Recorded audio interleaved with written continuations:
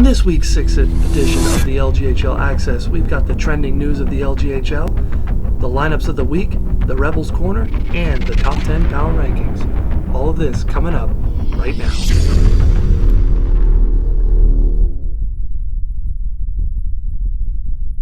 Hello, LG, and welcome to the Week 6 edition of the LGHL Access. I'm your host, Bryson66. Along with me, I've got two of my colleagues, Garris, Phi, both fellow Edmonton Oilers of mine. How you guys doing tonight? Good. A whole lot better than last week. Kind of short guys this week, so I guess hopefully we'll get through it quickly and not hear F5. Yeah, F5 was really bringing us down. We had to go an episode without him and see how it goes. Phi wants to show us something tonight. Phi, what do you got there? Guys, real important, just a quick announcement. Call the toll-free number below. Make sure to donate your lightly used thumbs before Bryson decides to nut up and trade me to Vancouver. It's for a good cause, I swear. Gala, Dub, and a couple other guys, y'all can keep your thumbs. I don't need those. But some of the other guys in the league, gently used thumbs only. I could really use them. Appreciate it. Wow. All right. Thank you for that. We're going to move on to the show here and get started. Forget the servers. Yeah. Yeah, money's got to stop going towards the servers. We've got to put towards implants for Phi's thumbs. Okay. News and topics. We've got two of them just to go over very quickly. A very short episode for you guys tonight. The first topic is 11-game week.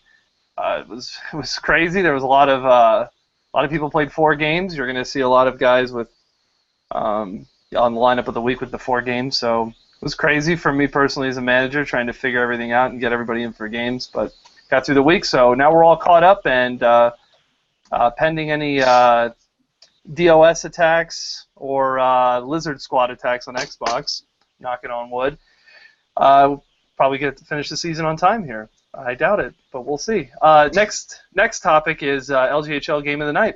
For some of you that watched on Wednesday, we featured LA Kings and Montreal Canadiens.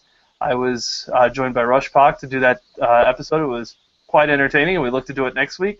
We do have the next game picked out, but we're not announcing it yet. We got to talk to the owners, and we'll be sure to inform you guys as soon as we have information. Also, another feature, we are moving.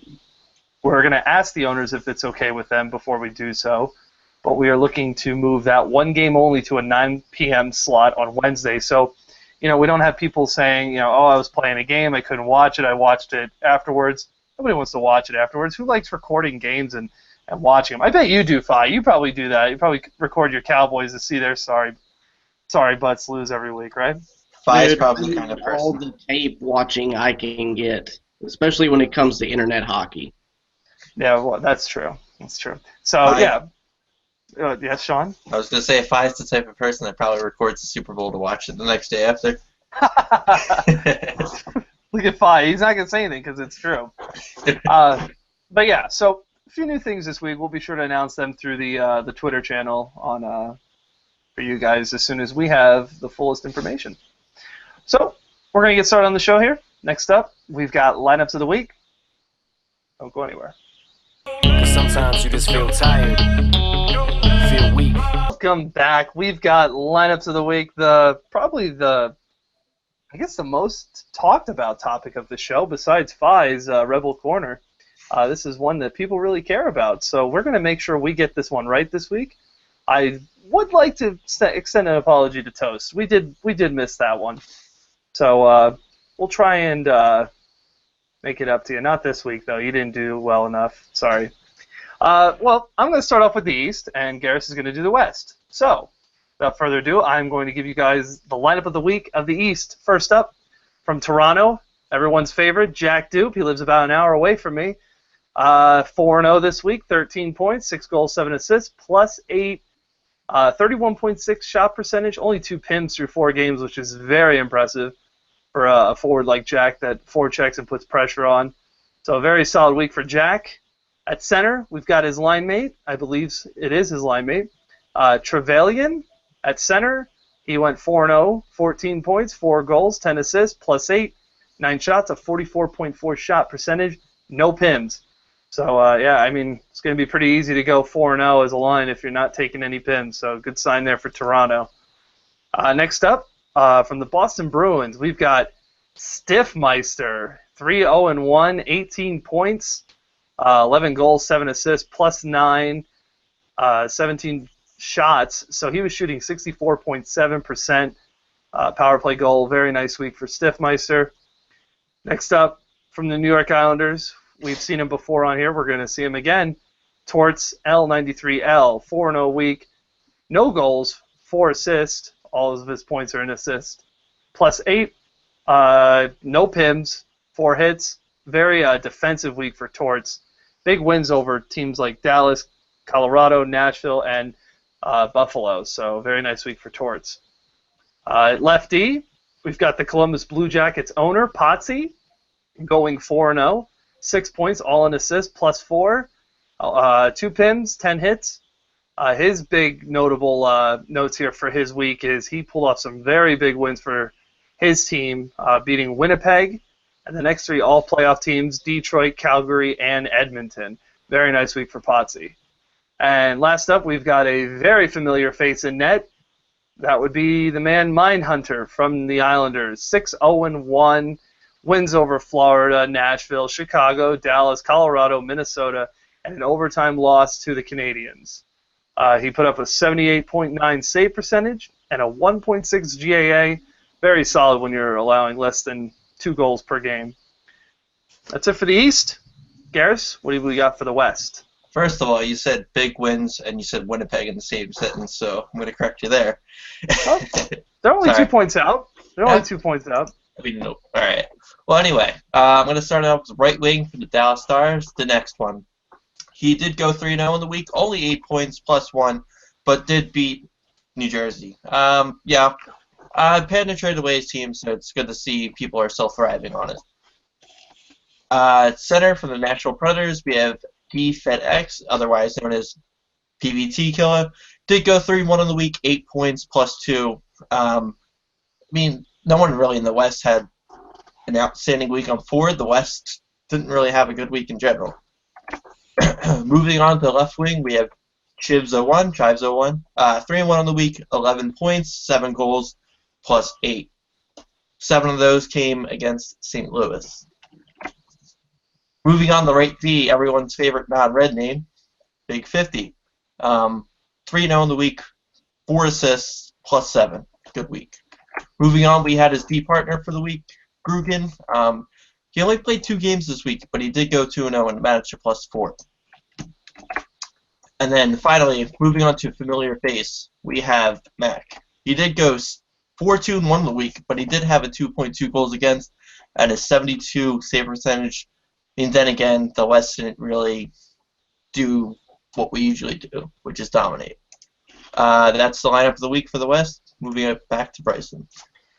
You said we didn't dominate. I think last week a lot of East and West matchups, so I think maybe we're getting shut up about the West being better than the East because clearly the East had some solid weeks there, so, something to possibly look out for. I believe we played all Eastern teams for the most part, so, yep, very solid lineup of the week, Sean. Thank you very much. Next up, we've got the man on the mute. He just took off the mute.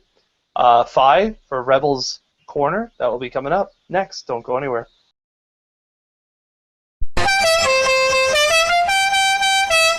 Welcome back. We've got probably my favorite segment of all of them, even though everyone loves lineups of the week. I love our Rebel from the South, the Rebels Corner. That's my favorite segment. Fi, let's hear. What do you got for Rebels of the Week? All right, guys, welcome to our Week 6 Rebels Corner. We're going to start off here in the Western Conference. A guy that really stood out to me. Had a great game against a really good, solid line against the Buffalo Sabres. Dr. D, Matty All-Star, Odie at right D, and Stamtos in net. But that didn't matter. This guy, he took it to him. Biz Nasty, left wing for the Winnipeg Jets. Skunked these guys, 6-0 on home ice. 3 goals, 3 assists, 50% shooting percentage, and added a power play goal and a shorthander within that hat trick. You all can see the Buffalo Sabres have been on fire. This guy had answers for him. Didn't matter that Stamtos Really great, solid goalie, and OD on right D covering this guy. Didn't matter. He took care of business, so that's why he's going to get the nod for Western Conference Rebel of the Week. Biz Nasty, left wing for the Winnipeg Jets. Moving on to the Eastern Conference, we alluded to it earlier. Potsy being on the week lines of the week, his D partner is actually going to be our Eastern Conference Rebel of the Week. Right D, Ask Jeeves, because this guy had all the answers. He went 4-0 against some quality competition. He beat up on he didn't beat up on everybody, but he had some pretty solid games. 5-4 against the Edmonton Oilers, 5-4 against a really red-hot Calgary Flames team, 3-2 against Detroit, and 3-2 against those Winnipeg Jets we just mentioned. Those guys are only 2 points out of a playoff position. Solid week for this guy. He really put Potsy on his back and carried him to the promised land. He did beat in that Calgary game the Watman line. That guy, he goes for 7 or 8 million more than he should, but he gets the job done. Just not against Jeeves. All right, added a goal and 3 assists.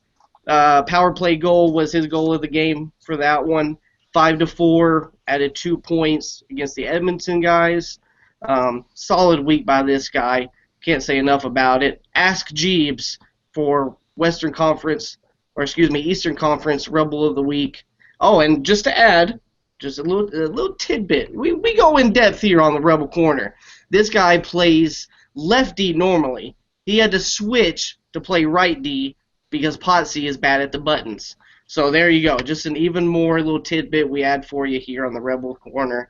Your Eastern Conference Rebel of the Week, Ask Jeeves.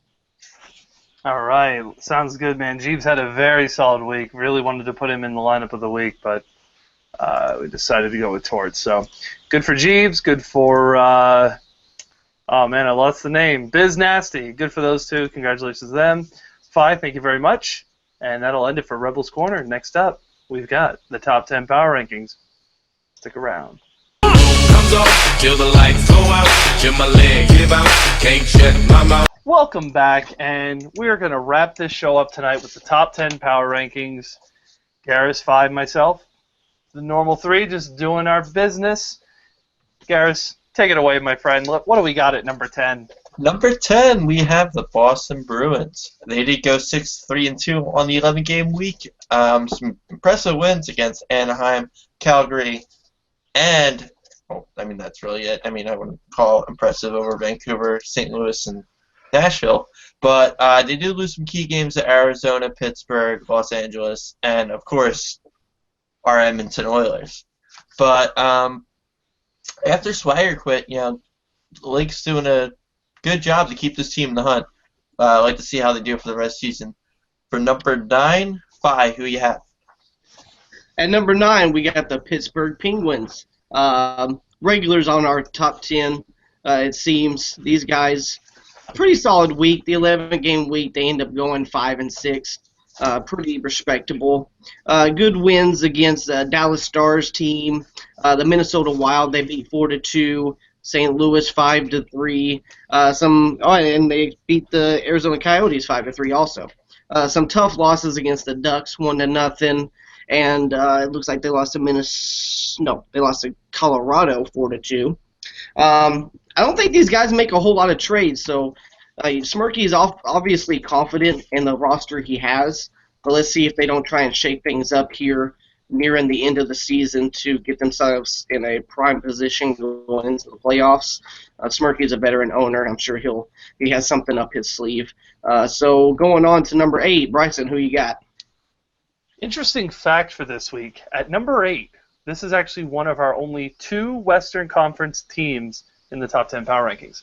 So either more leads to my point in the earlier of the show during Lines of the Week that the East outperformed the West very much this week. So number 8, last week they were number 1. We've got the Calgary Flames. 6-5 week, an average week through when you get to play 11 games, a lot of games. But they picked up wins over St. Louis, Florida, Ottawa, Detroit, Montreal, and Carolina. Unfortunate losses for them comes against some very strong teams this week. Toronto, Boston, Buffalo, Tampa Bay, and Columbus, all very teams had very good weeks. So not losses to be really ashamed of. Calgary's a solid all-around team. I just think that the East got the better of the West all week here. So I'm probably looking to see Calgary jump back into pounding on the Western Conference teams and raising back up to our top end of the top 10 power rankings. Next up, number 7, Garris. Take it away. We do have at number 7 the Toronto Maple Leafs. They go 7-3-1 of the week. They were ranked 6th last week. Kind of fell back. They did beat Anaheim. They did beat Arizona and Colorado. Some key losses against Chicago in overtime, I believe, or I think that was regulation. Of course, to our Edmonton Oilers again. Yeah. And then they did lose to New Jersey and LA. But Plummy and Mafia Man have been doing a good job keeping this team within the Eastern Conference race, and pretty much with Boston, this division pretty much could be the best division. Or, I don't know. It's curious to see how this shapes out for the rest of the season. All right. Next. Yeah. It's number 6-5. What do we have? All right, Bryson mentioned it. There was only 2 Western Conference teams. I believe this is the only other one. The Anaheim Ducks make an appearance on the top 10. These guys, they position themselves 8th place in the conference, so they're sitting pretty right now. They have control of their own destiny. Cincy Poo has managed to bring in good veteran players, Salty Milk Bags and Harry Burnt Toast, and I believe this week he added a guy, I have no name, quality starter there. But they had a really impressive week, actually, 7-4 with the 11 games, and put some a shellacking on a few teams. 9-4 against Winnipeg, 9-1 against an Ottawa team that's been strong as of late. They did beat the Pittsburgh Penguins 1-0. They beat up on Washington 8-1. So these guys, they look to get the scoring figured out. They're certainly putting it on some guys. 7-4, your Anaheim Ducks at number 6. Bryson, who you got for number 5? Number 5 would have been our 3rd Western Conference team if we were going back on the old ways of things, but we're not. It's the Detroit Red Wings. They're in the East now. So, very good week for Detroit. Last week, they were ranked 9, so they climbed up 4 spots in our power rankings. They went 7-3, picked up wins over Pittsburgh, San Jose, Vancouver, our Oilers again. I feel like that's becoming a norm. Anaheim, Winnipeg, Minnesota, and a very impressive win over LA with the Space Jam and Proud Gay Dad line. So very good week for for Detroit, and Jay, I think, starting to get this team figured out. They've had a good week last week, but they had a very struggling start, and 2 back-to-back good weeks for Jay is a promising thing for this team coming into the hunt for the postseason. So very good week for Detroit. Garris, what do we got at number 4? We have the Montreal Canadiens. My favorite person in the world, J Rules. They were ranked 8th last week. They did go 8-3. They did beat a good team in Columbus. They got a huge win in overtime against the Islanders. Lost to, of course, our Edmonton Oilers. Beat Arizona. Lost to Anaheim, and picked up a key win against LA. Pretty much, J Rules figured out what to do, and it's going great. 5, who do you have? At number 3, we've talked about them a little bit tonight, the Columbus Blue Jackets. These guys, they had a great week, 8-3, week 6, quality wins over the Colorado Avalanche, 7-3, Dallas Stars 2-1. We mentioned it before, Detroit, Calgary, Edmonton, great teams to get a win over in that tough Pacific division.